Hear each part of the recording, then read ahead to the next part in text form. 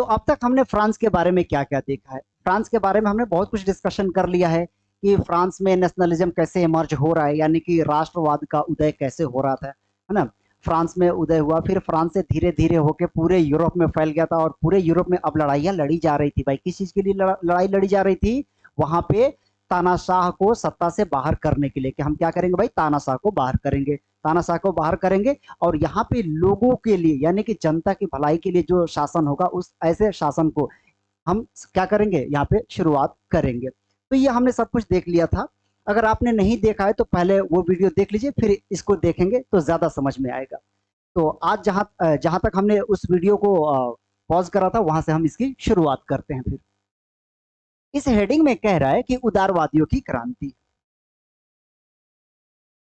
अब उदारवादी जो थे, अब ये सब मुझे डिफाइन करने की तो जरूरत है नहीं कि उदारवादी क्या है, क्योंकि मैंने कई बार उदारवादी बता रखा है। तो डायरेक्ट हम शुरुआत करते हैं कि उदारवादी ने क्या किया था। अब कह रहा है उदारवादियों की क्रांति।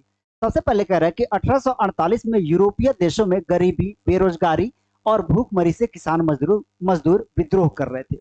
याद करो कि मैंने क्या बताया था कि जनसंख्या बहुत ज्यादा बढ़ गई थी। तो जनसंख्या बढ़ने के चलते क्या हो रही थी, बेरोजगारी बढ़ी थी। और बेरोजगारी से क्या हो गया था, लोग परेशान थे। अपने अपने गांव को छोड़ के लोग शहरों में जाके बसने के लिए मजबूर थे। शहर में क्यों जा रहे थे? रोजगार की तलाश में। लेकिन रोजगार की तलाश में शहर में जा तो रहे थे, लेकिन वहां पे कोई बड़ी बिल्डिंग या फिर फ्लैट वगैरह में नहीं रहते, झुग्गी झोपड़ी में रह रहे थे। एकदम जो कहते ना कि एकदम गंदे, मतलब एकदम गंदी सी जगह है, वैसे वैसे जगह पे रह रहे थे, क्योंकि उनको गुजारा करना था। कोई घर वगैरह नहीं था, कहीं भी सड़क के किनारे झुग्गी झोपड़ी में रहते थे, गंदी जगह है वहां भी रहना शुरू कर देते थे। इस तरीके से उनके हालात दिन ब दिन क्या होते जा रहा था, बद से बदतर होता जा रहा था। अब एक बात बताओ कि अगर ऐसे हालात रहा तो कोई कब तक इसे ऐसे सरवाइव करेगा? नहीं करेगा ना। उसके पास दो ही ऑप्शन है, या तो ऐसे ही जिंदगी बिताओ या फिर अपने हक के लिए लड़ाई करो, दो ही ऑप्शन है। तो ऐसे अपनी जिंदगी कोई भी बिताना पसंद नहीं करेगा। सबको यही पसंद आएगा कि मैं अपने हक के लिए लड़ाई करूं, लड़ाई लड़ूं, और अपने हालात को क्या करूं, बेहतर कर सकूं। तो लोगों ने क्या किया, अब इन सब चीजों से परेशान, किससे? गरीबी से परेशान, बेरोजगारी से परेशान, भूखमरी से परेशान, इन सब चीजों से परेशान होकर किसान और मजदूरों ने क्या कर दिया, विद्रोह कर दिया। किसके खिलाफ? सत्ता के खिलाफ, शासन के खिलाफ उन लोगों ने क्या कर दिया, विद्रोह कर दिया। अब एक्चुअली क्या हुआ था कि जो शासक था वहां पे, वो इतना ज्यादा पावरफुल नहीं था कि ऐसे विद्रोह को बड़ी आसानी से दबा ले, इतना भी अब वो पावरफुल नहीं था। तो उसने क्या किया, उसका नाम राजा लुई फिलिप है। अब फिलिप ने क्या किया, गद्दी छोड़ा और भाग गया। भाई अपनी जान बचाओ, क्योंकि जब विद्रोह होता है ना, जनता का जब विद्रोह होता है वो बहुत खतरनाक तरीके से होता है। जनता उस टाइम किसी की नहीं सुनती है। जनता जब उमड़ जाए, जिस अगर जन सैलाब आ गया, तो फिर आपकी नहीं सुनेगी। जनता जो करना चाहेगी उस टाइम कर लेगी। आपकी चाहे जो भी पावर है, सारी पावर धरी पड़ी रह जाएगी, कुछ भी नहीं कर पाएंगे। समझ में आ रहा है? तो इसीलिए लुई फिलिप ने क्या किया, अपनी गद्दी छोड़ दी, सत्ता को छोड़ दिया और भाग गए। अब समझ में आया कि एक राजा होकर, यानी कि शासक हो के भी क्यों भागने के लिए मजबूर हुआ, क्योंकि जन सैलाब आ गया था, पूरे जनता ने उनके खिलाफ क्या कर दिया था, विद्रोह कर दिया था।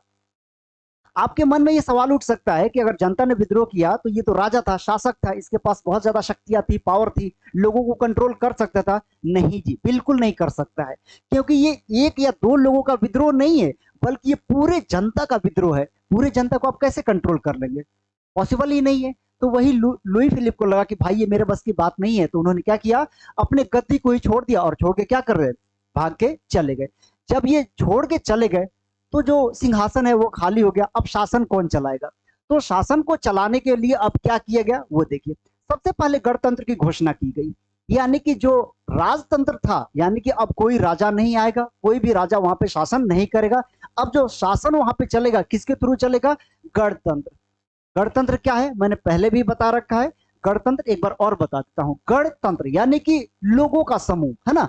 तो जिसमें लोगों का समूह है, लोगों के द्वारा शासन चलता है, वही क्या होता है, गणतंत्र होता है। ठीक है, तो गणतंत्र की घोषणा कर दी गई। उसके बाद से कह रहा है यूरोप के अन्य भागों में अभी तक स्वतंत्र राष्ट्र राज्य अस्तित्व में नहीं आए थे। यानी कि आज आप जितने भी कंट्री के नाम सुनते हैं, जैसे कि जर्मनी हो गया, इटली हो गया, पोलैंड हो गया, ऑस्ट्रो हंगेरियन हो गया, ये ऑस्ट्रिया और हंगरी है ना, उसे ही कह रहा है ऑस्ट्रो हंगेरियन। तो ये जितने भी आज कंट्री हैं, ये सब क्या है, आज की तरह नहीं थे पहले, बस ऐसे ही थी। ना तो इनकी कोई निश्चित सीमा थी, ना तो कोई इनका अपना कोई एक कल्चर था, है ना। ये एकदम से बिखरे पड़े थे। एक ही क्षेत्र पे अगर एक राजा ने इधर कब्जा कर लिया है, अगर इधर वो शासन कर रहा है तो वो उसका हो गया, दूसरे क्षेत्र पे किसी दूसरे शासक ने कब्जा कर लिया तो वो उधर है। मतलब कोई डिफाइन नहीं था कि इनकी बाउंड्री कहां से कहां तक है, इनकी सीमा कहां से कहां तक है। तो जिस तरीके से आज हम देखते हैं कि ये सभी क्या है, एक कंट्री के रूप में बन चुके हैं, उस इस तरीके से वो पहले नहीं थे। इतना क्लियर। अब आओ, तो वही तो कह रहा है कि ये सब क्या थे, आज की तरह वो सब नहीं थे। तो वहां पे क्या हुआ, कह रहे वहां मध्य वर्ग के स्त्री पुरुषों ने संविधानवाद के मांग को राष्ट्रीय एकीकरण की मांग से जोड़ दिया। यहाँ पे समझने वाली बात है कि राष्ट्रवाद की भावना लोगों में आ चुकी थी, है ना। तो राष्ट्रवाद की जब भावना आ चुकी थी, और उसमें सबसे इंपॉर्टेंट कौन है, मध्य वर्ग, है ना। अब स्त्री पुरुषों ने क्या किया कि संविधानवाद के मांग को राष्ट्रीय एकीकरण की मांग से जोड़ दिया। यानी कि राष्ट्र का अब एकीकरण किया जा रहा है कि एक राष्ट्र होना चाहिए। इस तरीके से कोई बिखरा हुआ राष्ट्र नहीं रहेगा कि भाई इधर से इसकी बाउंड्री या फिर सीमा कोई निश्चित ही नहीं है, इसकी भी सीमा निश्चित नहीं है, ऐसा नहीं होगा। अब क्या किया जाएगा, राष्ट्रीय एकीकरण, यानी एक जो राष्ट्र है उसका अब एकीकरण किया जाए। यानी कि जो भी एक टेरिटरी के अंदर जो बिखरे हुए राज्य हैं, यानी कि एक ही क्षेत्र में अलग अलग लोग शासन कर रहे हैं, अब उसको क्या कर दिया जाएगा, एकीकरण, यानी उसको यूनाइट करके एक बना दिया जाएगा। तो इसकी मांग बहुत जोरों शोरों से चल रही थी, इसी के लिए आंदोलन चल रहा था। तो संविधानवाद, अब संविधान की मांग हो रही थी, तो संविधान के मांग को भी किससे जोड़ दिया गया, राष्ट्रीय एकीकरण से जोड़ दिया गया। क्योंकि राष्ट्रीय एकीकरण की जो डिमांड थी वो जोरों शोरों पे थी, इसी के लिए डिमांड हो रहा था। क्लियर। तो संविधानवाद की भी मांग को इसी से जोड़ दिया, भाई इसको भी इसी में क्या कर दो, जोड़ दो। इससे होगा क्या कि ये इसी का हिस्सा बन जाएगा, और जब राष्ट्रीय एकीकरण होगा तो वहां पे संविधानवाद आएगा, यानी कि संविधान उस देश में लागू किया जाएगा। ये क्यों मांग किया जा रहा है, यहां पे आ जाइए, मध्यम वर्ग। क्योंकि उसको डर है कि फिर से अगर कोई शासन में आता है, सत्ता में आता है, और वो अपनी मनमर्जी करेगा, तो फिर तो हमारे वही हालात रह जाएंगे ना, जिस चीज के लिए हम शुरू से लड़ते आ रहे हैं, तो हमें तो कोई फायदा होगा ही नहीं।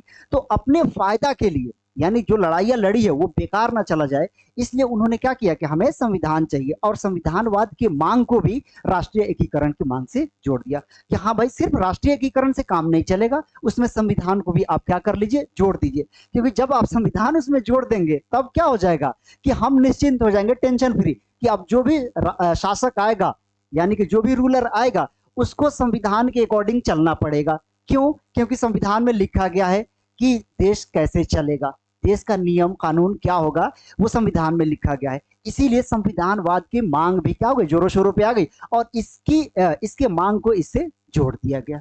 ठीक, इतना क्लियर। कह रहा है कि अब राष्ट्र राज्य के मांग को आगे बढ़ाया गया, ये दोनों को जोड़ दिया गया। अब ये दोनों जोड़ के क्या कर दिया गया, राष्ट्र राज्य, यानी कि राष्ट्रीय एकीकरण और संविधान, इन दोनों चीजों को क्या कर दिया, कंबाइंड रूप से डिमांड कर दिया गया कि हमें ये दोनों चाहिए। हमें, हमारी लड़ाई सिर्फ राष्ट्रीय एकीकरण के नहीं है, राष्ट्रीय एकीकरण के लिए नहीं है, बल्कि राष्ट्रीय एकीकरण के साथ साथ संविधानवाद की भी हमारी मांग है, यानी कि हमें संविधान भी चाहिए होगा। ठीक। अब इन दोनों चीजों की डिमांड करते हुए अब वो क्या कह रहे हैं कि अब राष्ट्र राज्य के मांग को आगे बढ़ाए, कि हमारी मांग क्या है कि हमारे राष्ट्र राज्य कैसे होने चाहिए, एकीकरण होनी चाहिए, यानी यूनाइटेड होनी चाहिए, और दूसरी बात उसमें क्या होनी चाहिए, संविधान भी होनी चाहिए। इस तरीके से मांग किया गया। अब कह रहा है कि यह राष्ट्र राज्य संविधान, प्रेस की स्वतंत्रता, संविधान, प्रेस की स्वतंत्रता, संगठन बनाने की आजादी आदि के सिद्धांतों पर आधारित था। ध्यान रखना, ये क्या मांग कर रहा है, हमें संविधान भी चाहिए, ये तो हमने अभी देख लिया संविधानवाद में, हमें संविधान भी चाहिए क्योंकि देश किस चीज से चलेगा, संविधान से चलेगा। प्रेस की स्वतंत्रता, प्रेस की स्वतंत्रता क्यों जरूरी है, प्रेस की स्वतंत्रता इसलिए जरूरी है क्योंकि सरकार की आलोचना कर सके, सरकार ने क्या नहीं किया है या क्या गलत कर रही है उसको क्या कर सके, वो मतलब कि अपने समाचार पत्रों में छाप सके या फिर अपने न्यूज में वो दिखा सके। तो इसकी आजादी चाहिए थी, है ना। तो इसकी भी मांग हो रही थी। हालांकि हालांकि अगर आप भारत में आप देखेंगे, इससे जोड़ देंगे तो क्लियरली समझ में आ जाएगा कि प्रेस की स्वतंत्रता क्यों जरूरी है, क्योंकि भारत में आज प्रेस उतना स्वतंत्र नहीं है। नेक्स्ट कह रहा है संगठन बनाने की आजादी। अगर लोगों ने ये कहा कि हमें इतनी आजादी होनी चाहिए कि हम जिस तरीके के संगठन बनाना चाहते हैं तो वो हम संगठन बना सके। अब इसका मतलब ये भी नहीं हुआ कि हम ऐसे संगठन बनाने जा रहे हैं जो देश के अगेंस्ट है या देश के विरुद्ध काम करेगा, नहीं, ऐसे संगठन बनाने की आजादी नहीं।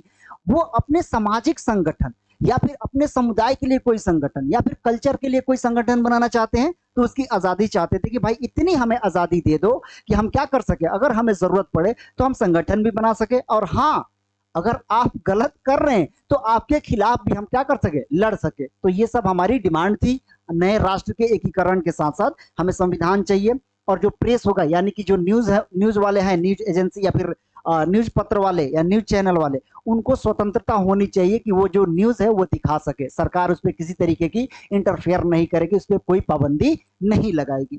दूसरी बात कि हम जिस तरीके के संगठन बनाना चाहे वैसे हम संगठन बना सके, इतनी हमें आजादी चाहिए। क्लियर? अब आते हैं नेक्स्ट पे।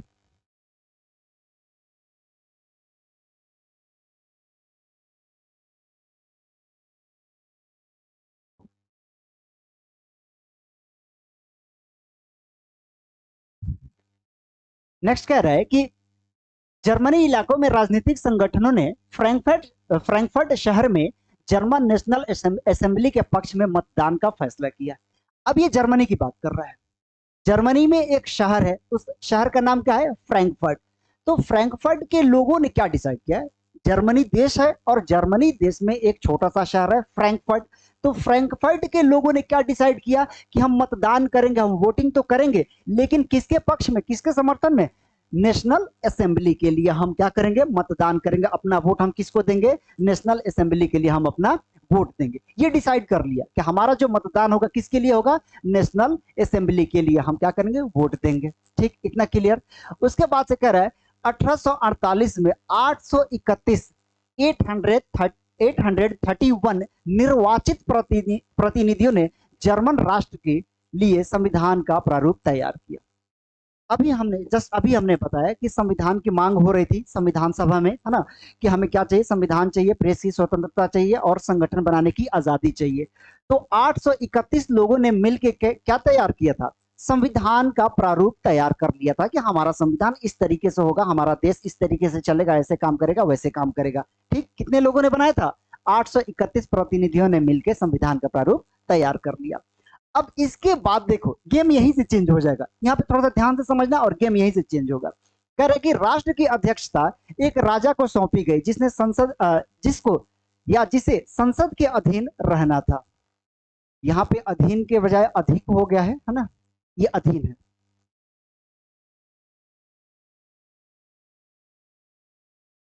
अधीन कह रहा है राष्ट्र की अध्यक्षता एक राजा को सौंपी गई जिसे संसद के अधीन रहना था।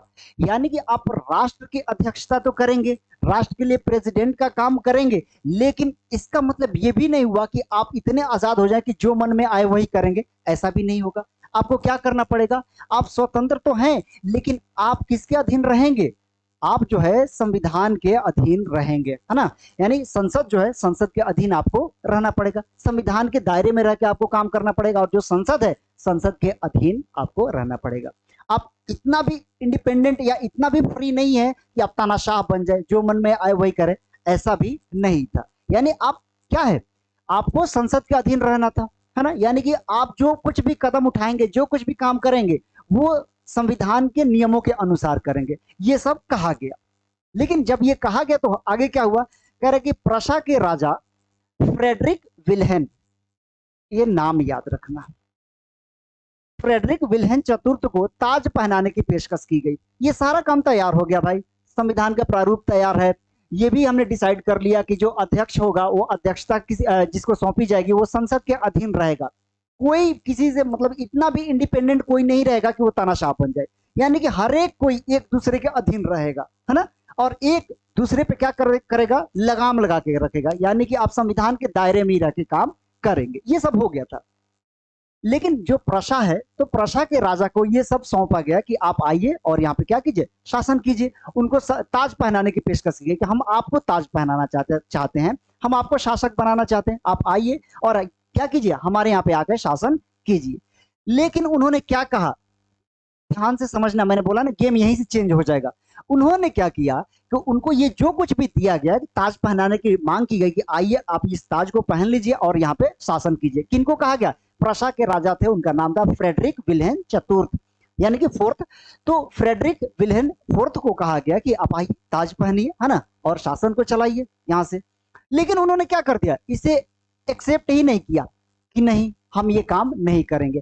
और चलो एक्सेप्ट नहीं किया वो तो अलग की बात थी, बदले में उन्होंने क्या किया, एक तो पहली बात उन्होंने स्वीकार नहीं किया, अस्वीकार कर दिया, और उन राजाओं का साथ दिया जो निर्वाचित सभा के विरोधी थे। भाई ये सब निर्वाचित प्रतिनिधि तो ये सब काम कर रहे हैं। क्या कर रहे थे? उन्होंने संविधान का प्रारूप तैयार किया, है ना, और एक नियम बना दिया कि जो भी राष्ट्र का अध्यक्ष होगा उसे संसद के अधीन रहना होगा। अब उन्होंने फ्रेडरिक विल्हेम को बोला कि आप आइए शासन कीजिए, लेकिन उन्होंने एक्सेप्ट नहीं किया। और ये सब जो था उन्होंने किसका साथ दिया? उन राजाओं का साथ दिया जो निर्वाचित सभा के विरोधी थे। अब इनके विरोधी थे। एक बात बताओ, अब ये उनको दिया जा रहा है कि नहीं, खुद नहीं लिया, और किसको दे दिया? उन राजाओं का साथ दिया जो खुद क्या थे, इन लोगों के विरोधी थे। यानी कि ये नहीं चाहते थे कि ये लोग सही से काम करें, है ना।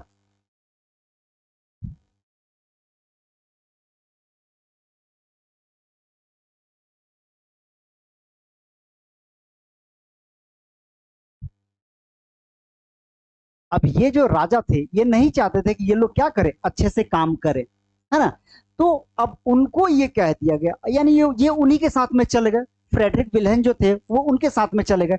अब इन लोगों ने भाई क्या किया, इनको तो मौका चाहिए था इन लोगों को दबाने के लिए, क्योंकि ये क्या कर रहे थे, तानाशाह को खत्म कर रहे थे, राजतंत्र को खत्म कर रहे थे, प्रजातंत्र को ला रहे थे, लोगों का शासन ला रहे थे। लेकिन अब जिस राजा को इन लोगों ने निमंत्रण दिया कि आइए शासन कीजिए, उसने क्या किया, ऐसे राजाओं का साथ दिया जो इनके विरोधी थे।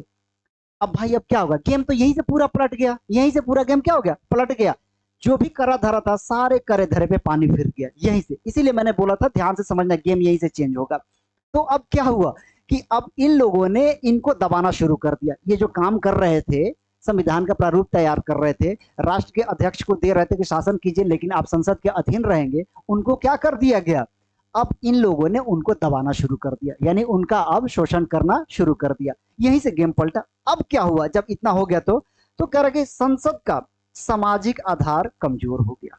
डेफिनेटली हो जाएगा यार, लोगों ने आपको चुन के भेजा है। कितने थे, 831 लोगों ने आपको चुन के भेजा है कि आप जाइए, ऐसे ऐसे काम कीजिए, शासन चलाइए, सत्ता में जो भी है भागीदारी रही। लेकिन हुआ क्या, अब तो ऐसे लोगों को, ये फ्रेडरिक जो विल्हेम थे, ऐसे लोगों के साथ मिल गए जो खुद ये 831 लोगों का वो विरोधी था। तो फिर इनको दबाना शुरू कर दिया। तो अब ये लोग तो काम कर ही नहीं पाएंगे, वो तो भागेंगे, भाई यहाँ से भागो जल्दी, है ना, क्योंकि वो सब क्या है, तानाशाह है। तो वो सब अब अच्छे से काम नहीं कर पा रहे। तो अब कह रहे संसद का सामाजिक जनाधार क्या हो गया, कमजोर हो गया। यानी लोगों का जो एक भरोसा था, कितने लोगों पे, 831 लोगों पे, कि ये जाके यहाँ से हमारे लिए शासन करेंगे, हमारे लिए एक नियम कायदे कानून बनाएंगे। लेकिन अब तो वो सब क्या हो गया, बिखर गया ना। अब जो काम होने जा रहा है वो सब तो खत्म हो गया। तो अब लोगों का जो भरोसा था 831 लोगों पे, वो सारा भरोसा टूट गया। यार हमने किसको भेज दिया था, हमने भेजा उनको शासन चलाने के लिए, और देखो क्या हो रहा है, वहां पूरा गेम पलट गया। अब वो लोग ढंग से काम नहीं कर पा रहे। इसीलिए कह रहे हैं कि संसद का सामाजिक आधार क्या हो गया, कमजोर हो गया। ठीक। उसके बाद से क्या कह रहा है, मजदूरों व कारीगरों की मांगों का विरोध किया गया, जिससे वे उनका समर्थन खो बैठे। अब ये जितने भी तानाशाह थे, यानी कि फ्रेडरिक विल्हेम को भी मिला लो इसमें, और उन रजाओं का जिन्होंने इनका विरोध किया, उन लोगों ने क्या किया, इन लोगों ने मजदूरों का, कारीगरों का, है ना, जो उनकी मांग थी, है ना, उनका विरोध किया कि चलो अब तुम्हारी कोई भी मांग नहीं सुनी जाएगी। जब आप जनता की मांग नहीं सुनेंगे तो क्या होगा, जनता तो फिर से परेशान होगी। तो जनता ने वही तो चुन के भेजा था इन लोगों को। अब जब ये लोग काम नहीं कर पा रहे थे, इसीलिए तो संसद का सामाजिक आधार कमजोर हो गया, यानी कि लोगों में अब उसका भरोसा ही नहीं रहा, है ना।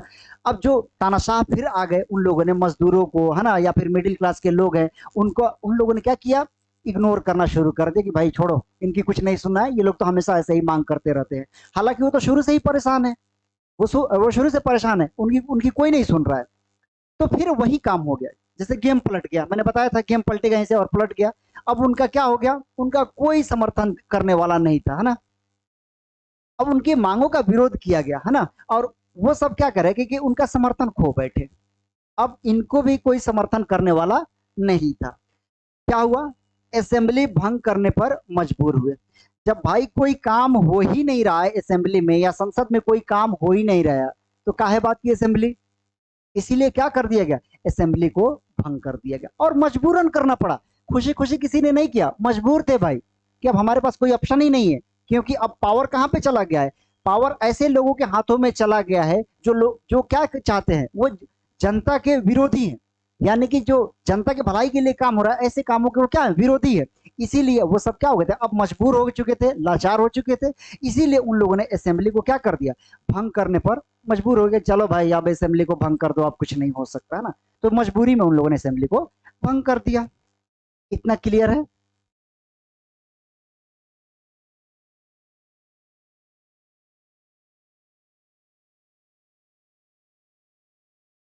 उसके बाद से क्या कह रहा है कि उदारवादी आंदोलनों में महिलाओं महिलाओं के अधिकार व मुद्दा विवादास्पद था। ध्यान रखना, ये कौन है भाई, महिला। यार देखो, इतिहास में जब भी पढ़ेंगे ना फीमेल को, यार हमेशा उसको अपने अधिकारों से वंचित करके रखा गया है। आप किसी भी कंट्री की हिस्ट्री उठा के पढ़ लीजिए, फ्रांस को पढ़ लीजिए। फ्रांस में मैंने क्या बताया था कि वोट देने का अधिकार यानी कि मताधिकार सिर्फ पुरुषों को दिया गया था, स्त्रियों को नहीं दिया गया था, ठीक। इंडिया में आगे पढ़ लीजिए, इंडिया में तो औरतों को इतना बदतर बना दिया गया था कि उनको बस कहते ना कि उनको ये मान लिया गया था कि आप सिर्फ चार दीवारी के अंदर ही रहोगे। उनका सारा अधिकार छीन लिया गया था। तो किसी भी कंट्री का इतिहास उठा के पढ़ लो, तो महिलाओं के साथ हमेशा ये भेदभाव होता ही रहा है। तो वहां भी वही हो रहा है। तो उदारवादी आंदोलन तो था, उदारवादी क्या थे, बड़े उदार थे, आजाद तो थे, लेकिन उनके आंदोलनों में क्या हो रहा था, महिलाओं का कोई अधिकार नहीं था, कोई मुद्दा ही नहीं था कि भाई आजाद होंगे या फिर अच्छे से हम शासन चलाएंगे तो उसमें महिलाओं की क्या भागीदारी होगी, महिलाओं के साथ क्या किया जाएगा, उनकी कोई जिक्र ही नहीं है भाई, उनका कोई मुद्दा ही नहीं है। भाई अगर पूरा देश लड़ रहा है, पूरे देश के लोग लड़ रहे हैं कि हमें आजादी चाहिए, हमारी ये मांग है, हमारी ये मांग है, तो सबकी मांग है, लेकिन उन सारी मांगों में स्त्री की कोई मांग है ही नहीं, यानी कि महिलाओं की कोई डिमांड नहीं सुन रहा है। यानी स्त्रियों को, महिलाओं को क्या कर दिया गया, एक सिरे से इग्नोर कर दिया गया था। और हर एक जगह महिलाओं के साथ ऐसा हुआ है ना। देखो आज तो समाज बहुत ज्यादा बदल गया है, लेकिन आज भी आप किसी रूढ़िवादी फैमिली में जाएंगे ना, तो वहां पे स्त्रियों की या लड़कियों की नहीं सुनी जाती है ना। और आपने अपने अड़ोस पड़ोस में जरूर सुना होगा या फिर अपने घर में भी ये देखा होगा कि महिलाओं की नहीं सुनी जाती है। मैं ये नहीं कह रहा हूं कि सबके घर में ऐसा होता है, लेकिन जहां पे रूढ़िवादी परिवार है, पुराने ख्यालों वाले हैं, वहां पे किया जाता है, महिलाओं को इग्नोर कर दिया जाता है। तो यही तो हो रहा था, वहां पे महिलाओं का कोई अधिकार, कोई मुद्दा उसमें था ही नहीं। एकदम से उनको क्या कर दिया गया था, इग्नोर कर दिया गया था। लेकिन ध्यान रखना, आप महिला को इग्नोर कर रहे हैं, ठीक है, कोई दिक्कत नहीं है, लेकिन महिला जिस वक्त अपने अधिकार के लिए लड़ना शुरू कर देती है, तो वो तब तक अब लड़ती है जब तक कि उसका अधिकार मिल न जाए। ये देखिए महिलाओं की ये खासियत है कि भाई उसे इग्नोर कर रहे हैं आप, कोई दिक्कत नहीं है, वो क्या कर लेगी, बर्दाश्त कर लेगी। लेकिन जिस दिन उसने अपने हक के लिए लड़ना शुरू कर दिया ना, तो वो अपने हक लेके ही रहेगी। ये स्त्रियों की खासियत होती है, ध्यान रखना। अब महिलाओं ने क्या किया कि महिलाओं ने अपने राजनीतिक संगठन बनाए। चलो भाई, हमें पुरुषों के साथ कोई संगठन नहीं बनाना है, हमारा संगठन होगा, और हमारा लीडर कौन होगा, हमारे में से ही कोई होगा, यानी कि फीमेल का लीडर फीमेल ही होगी, क्योंकि फीमेल के दुख दर्द और इनकी मांग एक फीमेल ज्यादा बेहतर ढंग से समझ सकती है। इसलिए उन लोगों ने क्या कर लिया, अपने राजनीतिक संगठन बना लिए। ठीक है, हम उदारवादियों से अलग नहीं है, हम उनके साथ हैं, उनके हर एक लड़ाई में उनके साथ है, लेकिन अब हमारा राजनीतिक संगठन क्या होगा, पुरुषों के संगठन से अलग होगा। अब पुरुषों के संगठन से, अब जैसे ये मान लीजिए पुरुष का संगठन है, ये महिलाओं का संगठन है, इसका मतलब ये नहीं कि ये दोनों संगठन अलग है। महिलाएं कह रही कि हम आपके संगठन को साथ देंगे, है ना, हम आपके साथ कंधा से कंधा मिला के लड़ेंगे, लेकिन हमारा संगठन अलग होगा। क्यों क्यों अलग होगा, इसलिए अलग होगा कि जब महिलाओं के संगठन अलग होगा, तो उस संगठन की भी सुनी जाएगी कि भाई ये संगठन पावरफुल है ना, इनकी भी सुननी पड़ेगी आपको। इसीलिए उन लोगों ने क्या कर लिया, अपने राजनीतिक संगठन बनाने शुरू कर दिए। उसके आगे देखिए, कह रहे हैं अखबार भी शुरू कर दिए। लो भाई, अब मैंने क्या बताया था आपको पहले कि जिस दिन अपने अधिकार के लिए लड़ना शुरू कर देती है तो वो तब तक लड़ती है जब तक कि उसको अपना अधिकार न मिल जाए। अखबार भी निकालना शुरू कर दिए, राजनीतिक प्रदर्शनों में भाग लिया। अब स्त्री जो थी अब घर के अंदर चार दीवारी के अंदर रहने वाली नहीं थी भाई, उन्होंने अपने राजनीतिक संगठन बनाए, अपने लिए स्पेशल अखबार भी निकालना शुरू कर दिया कि इस अखबार में सिर्फ महिलाओं के मुद्दे को क्या किया जाएगा, उठाया जाएगा, कि इस महिलाओं को कितना दबा के रखा जाता है, महिलाओं को कितना प्रताड़ित किया जाता है, ऐसे ऐसी बातों को अब सामने लाया गया, सोसाइटी के सामने रखा गया कि हमारे दुख दर्द को सुनिए। सिर्फ ये समाज, इस समाज में सिर्फ पुरुषों का दुख दर्द या पुरुषों की प्रॉब्लम को की सुनवाई नहीं होगी, बल्कि महिलाओं के भी क्या है, अपनी परेशानी है तो उसकी भी सुनवाई होनी चाहिए। उसके बाद से राजनीतिक प्रदर्शनों में भाग लिया। कहीं भी पुरुष अगर जाके प्रदर्शन कर रहे हैं, मान लीजिए विद्रोह कर रहे हैं, कोई आंदोलन चला रहे हैं, महिलाएं भी उनके साथ जा रही है, विद्रोह कर रही है, आंदोलन चला रही है। हर एक पुरुषों के हर एक प्रदर्शन में महिलाएं उनको क्या कर रही है, कंधा से कंधा मिला के चल रही है, उनका साथ दे रही है। ठीक, इतना क्लियर। अब कह रहा है कि रूढ़िवादी ताकतें 1848 में उदारवादी आंदोलनों को दबा दिया, किंतु पुरानी व्यवस्था बहाल नहीं कर पाए। ये तो हमने पहले भी पढ़ लिया था कि एक बार क्या हुआ कि शुरू शुरू में रूढ़िवादी ताकतों को उखाड़ कर फेंक दिया गया, सत्ता से बाहर कर दिया गया। लेकिन फिर क्या हुआ, बाद में वही रूढ़िवादी ताकत क्या हो गए थे, कमबैक कर लिए थे, है ना। जब उनको कमबैक करने का मौका मिल गया तो ये रूढ़िवादी ताकत आके क्या करने लगे थे, फिर से शासन को अपने तरीके से कंट्रोल करना शुरू कर दिया। अब क्या हुआ, कंट्रोल करना तो शुरू कर दिया, सत्ता में आ गए, लेकिन पुरानी व्यवस्था बहाल नहीं कर पाए। यानी कि पुरानी जो पहले की जो व्यवस्था थी, पहले के जो सिस्टम था, उसको वो बहाल नहीं कर पाए, है ना। अब एक बात बताओ, सत्ता मिल गया, दोबारा आप कम बैक कर लिए, लेकिन जो पुराने सिस्टम है उसको तो आप लेके आ ही नहीं पा रहे हैं, वो आपसे नहीं हो रहा है, आप बहाल नहीं कर पा रहे हैं। अब क्या हुआ, जब ये नहीं कर पा रहे हैं तो क्या हुआ, कह रहे राजाओं को समझ आ गया था कि उदारवादी आंदोलनों को रियायत देकर समाप्त किया जा सकता है। अब देखो यहां से बहुत ही इंपॉर्टेंट बात क्लियर हो रहा है। क्लियर ये हो रहा है कि अब कॉमन पीपल यानी कि आम नागरिक की जीत हो रही है, और रूढ़िवादी जो है वो कहीं ना कहीं अंदर से अब वो टूट रहे हैं, उनको लग रहा है कि हमारी मांग पूरी नहीं हो सकती है ना। यानी कि अब हम जो हम चाहते हैं जैसे जैसे शासन करना, वैसे हम शासन अब नहीं कर पाएंगे। उनको समझ में आने लगा था, क्यों, क्योंकि बात बात पे अब आंदोलन शुरू हो रहा था, और सारी आंदोलन किसके खिलाफ था, रूढ़िवादी ताकतों के खिलाफ था। यानी कि जो रूढ़िवादी थे उनके खिलाफ ये सारा आंदोलन चल रहा था, यानी कि रूढ़िवादी ताकतों को खत्म करना था। याद करो, हमने चैप्टर की शुरुआत ही किया था कि रूढ़िवाद मैंने एक आपको पेंटिंग दिखाया था, उसमें मैंने बताया था कि रूढ़िवादी जितने भी शासक है उनके क्राउन कबाड़ में फेंके हुए थे, अगर आपको याद हो तो। चलो, अब क्या कर रहा है कि इन लोगों को समझ में आ गया कि हम चाहे जितना भी इस आंदोलन को दबा लें, लेकिन इनको हम समाप्त नहीं कर सकते, इनको हम ज्यादा अच्छे तरीके से दबा के नहीं रख सकते। तो उनके दिमाग में एक आइडिया आया, आइडिया क्लिक किया, और उन लोगों ने सोचा कि यार हम इनको दबा तो नहीं सकते हैं, इनको खत्म तो नहीं कर सकते, लेकिन एक काम कर सकते हैं। वो क्या काम किया जा सकता है, रियायत देकर समाप्त किया जा सकता है। यार आंदोलन कर रहे हैं, यार उनकी कोई मांग है, कोई डिमांड है, जब भी तो वो आंदोलन कर रहे हैं। अब भाई बात बात पे आंदोलन, कहीं भी राजा तानाशाह हो रहा है तुरंत आंदोलन। क्यों, क्योंकि भाई आंदोलन का स्वाद चख चुके थे लोग, अब वो दब के रहने वाले नहीं थे। क्यों, क्योंकि आपको याद होगा ना 1789 में क्या हुआ था, फ्रांस में फ्रेंच रिवॉल्यूशन हुआ था, और वहां से बुर्बो वंश के जो रूढ़िवादी ताकतें थी उनको उखाड़ कर फेंक दिया गया था। किसके थ्रू आंदोलन हुआ था, इसी आंदोलन के थ्रू किया गया था। तो अब लोगों को लगा कि हम आंदोलन के थ्रू बहुत कुछ कर सकते हैं, तो वही बार बार आंदोलन हो रहा था। तो अब आंदोलन से रूढ़िवादी ताकतें भी परेशान हो चुकी थी। उसको लगा कि यार हम बार बार आंदोलन को दबाने की कोशिश कर रहे हैं, कभी दबा पा रहे हैं, कभी नहीं दबा पा रहे हैं। तो इससे तो बेहतर ये हुआ कि जब भी कभी आंदोलन हो रहा है, जब कभी भी आंदोलन हो रहा है, तो हम क्या करें, उस आंदोलन को दबाने के बजाय उसको हम रियायत देकर समाप्त कर सकते हैं। यार ठीक है, आपकी जो डिमांड है, आपने अपनी डिमांड रखी, अब मैं उस पर क्या कर सकता हूं, क्या नहीं कर सकता हूं, उस पर बैठ के हम बातें करेंगे, डिस्कशन करेंगे, तो बीच का कोई एक सोल्यूशन निकल सकता है। ये काम किया गया। यानी कि रियायत मतलब क्या होता है, छूट देना, तो छूट देकर समाप्त किया जा सकता है। ठीक, कह रहे भूदासता तथा बंधुआ मजदूरी समाप्त कर दी गई। भूदासता का मतलब क्या हुआ, भू का मतलब क्या होता है, जमीन, है ना। जमीन, दासता का मतलब गुलाम। और बंधुआ मजदूरी क्या होते हैं? बंधुआ मजदूरी, चलो इसे समझ ले एक बार। बंधुआ मजदूरी वो होता है जैसे कि एक इंसान ने, मैं एक एग्जांपल से आपको समझा रहा हूँ कि जैसे मान लो कोई इंसान है, किसी से उसने कर्जा लिया कि आप भैया हमें कर्जा दे दो, है ना। हम क्या करेंगे, जब मतलब जो एक टाइम पीरियड होगा कि इतने टाइम पीरियड के बाद आपको कर्जा चुकाना है तो हम चुका देंगे।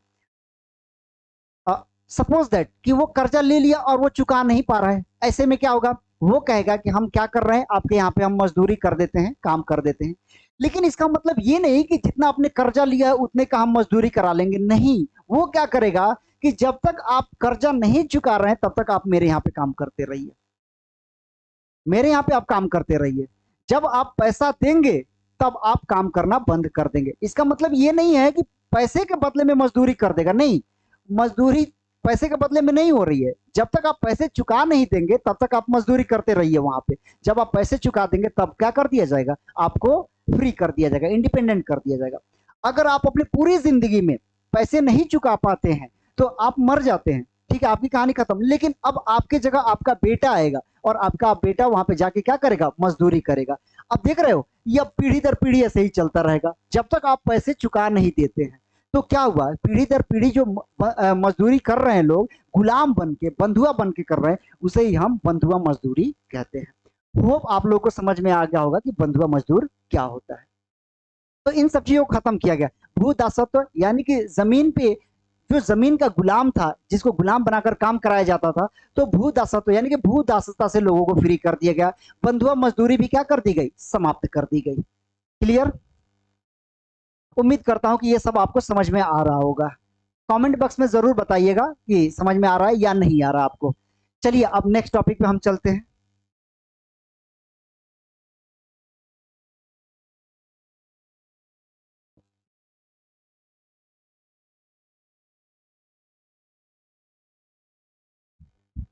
नेक्स्ट हमारा टॉपिक है, कह रहे हैं कि जर्मनी और इटली का निर्माण। थोड़ी देर पहले ही मैंने बताया था कि जैसे आज हम देशों को देख रहे हैं ना, कि हाँ भाई ये इटली है, ये जर्मनी है, ये रूस है, ये फ्रांस है। पहले ये सब ऐसे नहीं थे, सब बिखरे हुए थे, एकीकरण नाम का कोई चीज था ही नहीं, है ना। ऐसे ही सब, ना किसी की कोई सीमा थी, ना अपना कोई एक टेरिटरी था, सब ऐसे ही चल रहा था। जहां पे कोई राजा है, शासन कर रहा है, वो उसका क्षेत्र हो जाता था, ऐसे ही था।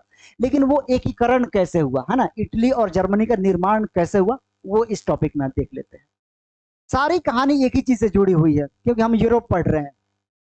अब क्या कह रहा है कि 1848 में जर्मनी महासंघ को राजशाही और फौज ने दबा दिया था। अभी थोड़ी देर पहले ही हमने देखा था कि जो महासंघ बना था उसको किसने दबा दिया था, राजशाही और फौज ने। यानी कि जो राजा थे उन लोगों ने क्या कर दिया था, जैसे मैंने बताया कि जब वो फ्रेडरिक जो थे, वो जाके क्या, फ्रेडरिक चतुर्थ जो थे, विल्हेन फ्रेडरिक चतुर्थ, वो जाके मिल गए थे ऐसे राजाओं से। तो उन राजाओं ने और उनकी फौजों ने क्या कर दिया था, ऐसी ताकतों को दबा दिया था। कह रहा है अब प्रशा, प्रशा भी एक कंट्री है, तो कह रहा है अब प्रशा ने राष्ट्रीय एकीकरण के आंदोलन का नेतृत्व किया। यानी कि चलो भैया, बहुत कहानी हो गई, है ना। अब प्रसा यहाँ पे हीरो बन के एंट्री कर रहा है कि सभी लोगों ने क्या किया, अपने अपने प्रयास कर लिए, किसी को कुछ हो नहीं रहा है, किसी को आजादी मिल नहीं रही है। चलो अब मैं आता हूं। प्रसा अब हीरो बन के एंट्री मारेगा और क्या करेगा, बिल्कुल विलन को खत्म करेगा और बड़ा अच्छा हीरो बन के उभरेगा। अब देखो क्या कर रहा है, प्रशा ने राष्ट्रीय एकीकरण का आंदोलन का नेतृत्व लिया कि जो एकीकरण करना है, यानी कि यूनाइट करना है हर एक कंट्री को, कि भाई ये तुम्हारा सीमा ये है, तुम्हारी सीमा ये है, तुम्हारी सीमा ये है। हेलो, ऐसा करो कि यहां से तुम लोग अपने अपने क्षेत्र में शासन करना शुरू करो, है ना। इस तरीके से किया और ये इसकी जिम्मेदारी किसने उठाई, प्रशा ने उठा लिया। अब कह रहा है कि ऑटो वन बिस्मार्क इस प्रक्रिया का जनक था। इसकी शुरुआत किसने की है भाई, ऑटो वन बिस्मार्क। और ये कहां के रहने वाले थे, प्रसा के। प्रसा के रहने वाले ऑटो वन बिस्मार्क ने क्या किया, इस प्रक्रिया की जिम्मेदारी ले लिया कि चलो भाई हम करेंगे। उसका जनक ही वही थे, उन्होंने ही उठाया था कि हम क्या करेंगे, इन सारे क्षेत्रों का एकीकरण करेंगे, यूनाइट करके एक एक देश हम बना देंगे। अब कह रहा है कि प्रशा की सेना और नौकरशाही की मदद ली। लेकिन एक बात बताओ कि क्या किसी बिखरे हुए क्षेत्र को एक देश बना देना इतना आसान काम है? अकेले आप कर लेंगे नहीं कर पाएंगे, तो आपको किसकी जरूरत पड़ेगी? नौकरशाही। नौकरशाही क्या होता है? ऑफिसर, है ना, अधिकारी। क्योंकि जरूरी तो नहीं है कि आपका दिमाग इतना तेज चल रहा है या फिर हर एक आपकी आइडिया अच्छे होंगी, ये जरूरी तो नहीं है ना। तो आपको नौकरशाही यानी अधिकारी, ऑफिसर्स की जरूरत पड़ेगी। ऑफिसर आपको क्या करेंगे? एडवाइस देंगे, आपको अच्छे से गाइड भी कर सकते हैं कि आप ऐसा कीजिए, ऐसा मत कीजिए। तो उनको नौकरशाही यानी ऑफिसर की जरूरत पड़ी, तो उन्होंने ऑफिसर्स ले लिया। और क्या ले लिया? सेना। सेना किस लिए भाई? कि अगर कोई बात नहीं मानता है तो बात मनवा दिया जाए, है ना। प्यार से मान लिया तो ठीक, प्यार से नहीं माना तो भाई हम उनको क्या कर देंगे? इससे हम मनवा देंगे, सेना से हम मनवा देंगे। प्यार से मान लो, ठीक है, नहीं मानोगे तो हम सेना से आपको मनवा देंगे। इसलिए उन्होंने क्या किया? सेना और नौकरशाही इन दोनों की मदद ली, और इन दोनों ने उनकी मदद की भी। और इस तरीके से अब क्या हुआ? एकीकरण का काम शुरू हो गया। अब देखो क्या कह रहा है, इनके पास दो चीज हो गया था, नौकरशाही यानी ऑफिसर्स और सेना। अब ये पावरफुल हो गए थे। कौन? Auto von Bismarck. कहाँ के रहने वाले थे? प्रसा के रहने वाले थे। ठीक। कह रहे कि 7 वर्ष के दौरान ऑस्ट्रिया एक देश है, डेनमार्क ये भी एक देश है, फ्रांस, है ना। अब ये 3 कंट्री है। कह रहा है कि 7 वर्ष के अंदर, 7 वर्ष के ये अंदर 3 कंट्री को क्या कर दिया? युद्ध में पराजित कर दिया, है ना। युद्धों में क्या किया? प्रशा 7 वर्ष के दौरान ऑस्ट्रिया, डेनमार्क और फ्रांस से 3 युद्ध में प्रशा को जीत मिली। वही बात है। तो कह रहे प्रशा ने क्या कर दिया? इन सबको हरा दिया, यानी खुद प्रशा को जीत मिल गई। प्रशा ने उन सबको क्या कर दिया था? पराजित कर दिया था। और जैसे उसको जीत मिली तो एकीकरण की प्रक्रिया क्या हो गई? शुरू हो गई। वो किस लिए लड़ रहा था? अभी तो हमने पढ़ा कि वो एकीकरण के लिए यानी कि यूनाइट करने के लिए लड़ रहा था, कि ये सबको अलग अलग क्या किया जाए? एक क्षेत्र बनाया जाए, एक कंट्री अलग से बना दिया जाए, इसीलिए तो लड़ रहा था। जब ये लड़ रहा था, किससे लड़ा भाई? ऑस्ट्रिया से लड़ा, डेनमार्क से लड़ा, फ्रांस से लड़ा। और ये 7 वर्ष के अंदर अंदर ही उसने तीन तीन क्षेत्रों को क्या कर दिया? उसने पराजित कर दिया। जैसे उसने पराजित किया तो एकीकरण की प्रक्रिया शुरू हो गई कि अब हम क्या कर सकते हैं? एकीकरण कर सकते हैं। ठीक। उसके बाद से क्या कर रहा है? कह रहा है कि 1871 में वर्साय में हुए एक समारोह में प्रशा के राजा विलियम प्रथम को जर्मनी का सम्राट बना दिया गया। चलो भाई, पहला आपको यहां पे मिल गया। 1871 में क्या हुआ? कि वर्साय में क्या हुआ? एक समारोह बुलाया गया, एक यानी कि एक कॉन्फ्रेंस किया गया, उसमें सभी लोग आए। और क्या हुआ? प्रशा के राजा, भाई ये प्रशा से ही तो काम शुरू हुआ था, यहाँ देखो ना। तो क्या करे? प्रशा के राजा, उस राजा का क्या नाम था भाई? विलियम फर्स्ट यानी कि विलियम प्रथम।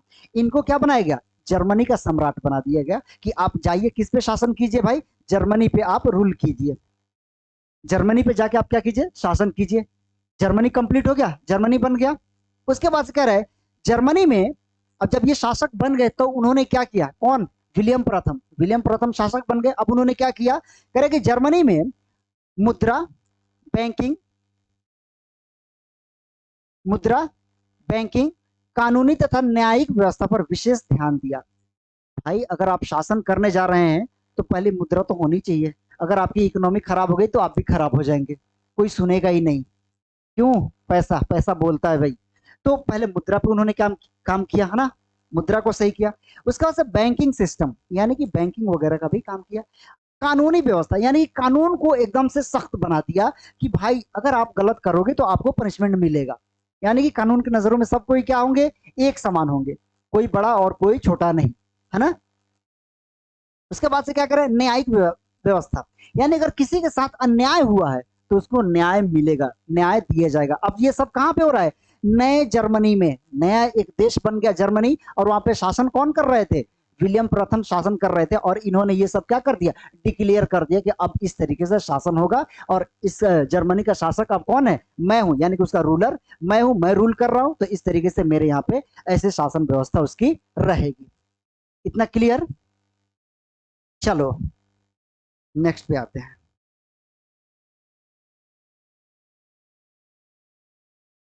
अच्छा, हमने प्रशा को इतना पढ़ा था, पहले हम देख लेते भाई प्रशा कहाँ है। ये देखो,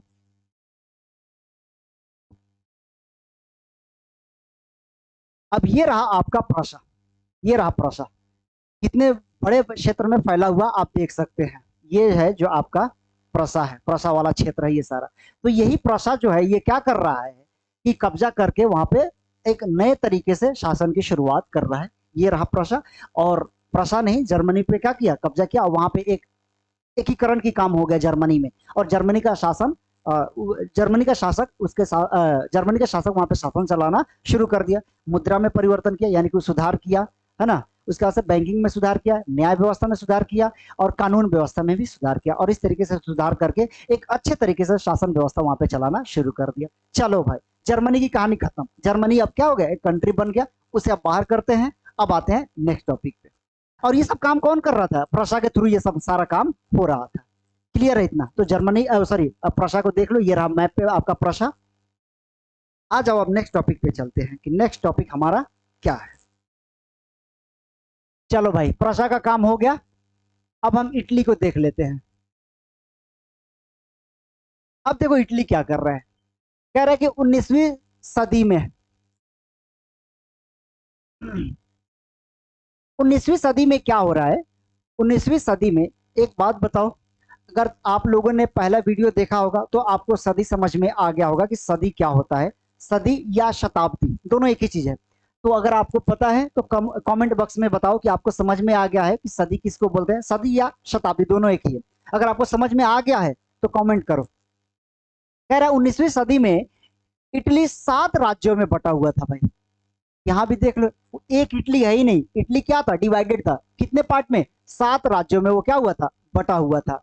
अब कह रहा है एकीकृत इतावली गणराज्य के लिए ज्यूसेपी मैत्सिनी ने प्रयास किया। अब यहाँ पे हीरो बन के आएंगे ज्यूसेपी मैत्सिनी। हमने पहले भी पढ़ रखा था इनके बारे में कि ज्यूसेपी मैत्सिनी ने क्या किया था, एक गुप्त संगठन था और गुप्त संगठन के वो मेंबर बने। किसके बने भाई, वो गुप्त संगठन का वो क्या बन गए, मेंबर बन गए। और उस गुप्त संगठन का क्या नाम था, कार्बोनरी।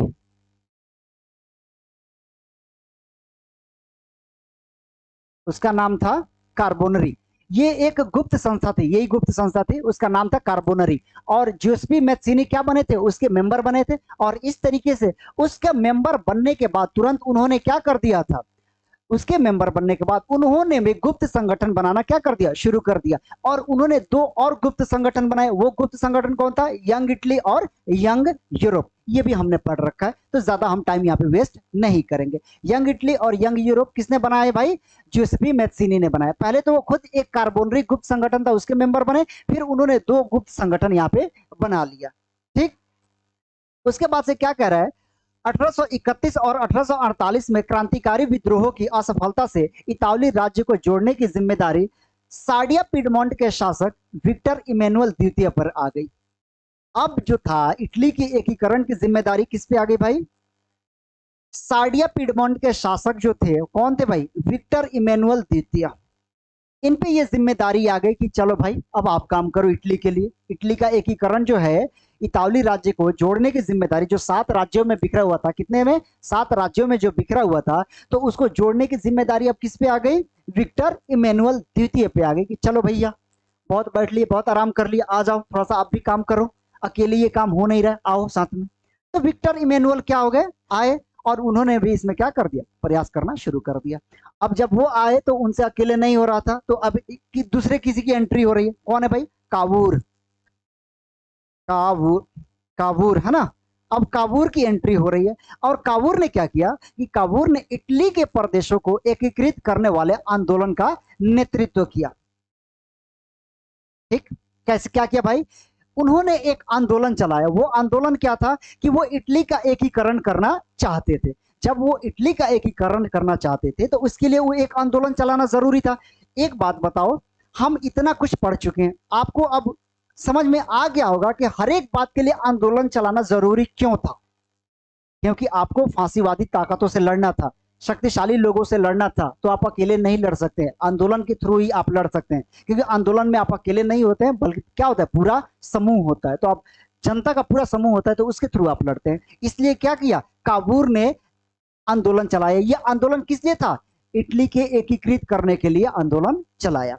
अब क्या कह रहा है, कह रहे नियमित सैनिकों के अलावा ज्यूसेपी मैत्सिनी सशस्त्र स्वयं सेवकों ने इस युद्ध में भाग लिया। अब युद्ध हो रहा है, आंदोलन चला, युद्ध होने लगा, तो क्या कह रहा है, इसमें ज्यूसेपी मैत्सिनी तो थे ही, काबूर भी थे, है ना, काबूर भी थे यहाँ पे, ये रहे काबूर, ये भी थे, ज्यूसेपी मैत्सिनी भी आते और आ गए। और उसके बाद से कह रहा है सशस्त्र स्वयं सेवकों ने, सशस्त्र का मतलब क्या होता है, हथियार, यानी हथियार लेके, स्वयं सेवक मतलब जो खुद जो अपनी सेवा करते हैं ना, तो सशस्त्र लेकर यानी हथियार लेकर उन लोगों ने क्या किया, इस युद्ध में भाग लिया। वो खाली हाथ लड़ने नहीं जा रहे थे, अब वो भाई फुल फ्लेज तैयार होके आ रहे थे कि भाई हमारे पास क्या है, हथियार है, हम आपसे लड़ने के लिए तैयार हैं। तो ये आंदोलन जो था वो क्या हुआ, बहुत ही मतलब विशाल पैमाने पर उभर कर सामने आया, बहुत ही बड़े पैमाने पर उभर कर सामने आया, और वो विशाल आंदोलन था। ठीक, अब क्या हो रहा है, कह रहे कि स्थानीय किसानों ने भी साथ दिया और स्पेनिश शासकों को हटाने में सफल रहे। अब स्थानीय किसानों ने भी साथ दिया, वो क्यों नहीं देंगे भाई, वो तो खुद ही परेशान है, किससे, स्पेन से, है ना। ये स्पेन क्या कर रहा है, यही तो वहां पे अत्याचार कर रहा था, अच्छे तरीके से शासन नहीं कर रहा था। तो स्थानीय किसानों ने यानी वहां के जो प्रॉपर किसान थे वो परेशान थे, किससे, स्पेन से। तो उन लोगों ने स्पेन को हटाने में यानी स्थानीय लोगों ने, स्थानीय किसानों ने भी स्पेनिश शासकों को हटाने में क्या रहे, सफल रहे। यानी कि इनको हटाओ भाई, खदेड़ो, यहाँ से भगाओ, है ना। तो ये इतना काम हो गया। उसके बाद से कह रहे 1861 में इमेनुअल द्वितीय को एकीकृत इटली का राजा घोषित कर दिया गया। ठीक, अब देखो 1861 में इमेनुअल द्वितीय आ गए, इमेनुअल द्वितीय। अब इनको क्या कर दिया गया, एकीकृत इटली, सिर्फ इटली नहीं, एकीकृत यानी यूनाइट कर दिया, एक इटली बना दिया गया। और इटली का एकीकरण करने के बाद वहां पे किसको शासक बना दिया गया, वहां पे इमेनुअल द्वितीय को क्या कर दिया गया, शासक बना दिया गया। अब इमेनुअल द्वितीय क्या हो गए भाई, शासक बन गए, किसके, एकीकृत इटली के। इस तरीके से दो हमने पढ़ लिया, जर्मनी की और इटली की, दो का कहानी खत्म भाई। ठीक है, दो नए नए जो राज्य थे या नए नए जो देश थे अस्तित्व में आ गए, है ना, जिसका पहले कोई एग्जिस्टेंस ही नहीं था। अब वो दोनों क्या हो गए, बिल्कुल कंप्लीट कंट्री बन गए, और उनका शासक भी आ गया, और वो शासक उनका शासन चलाना शुरू कर दिया। इतना क्लियर। आ जाओ अब हम नेक्स्ट टॉपिक पे आते हैं।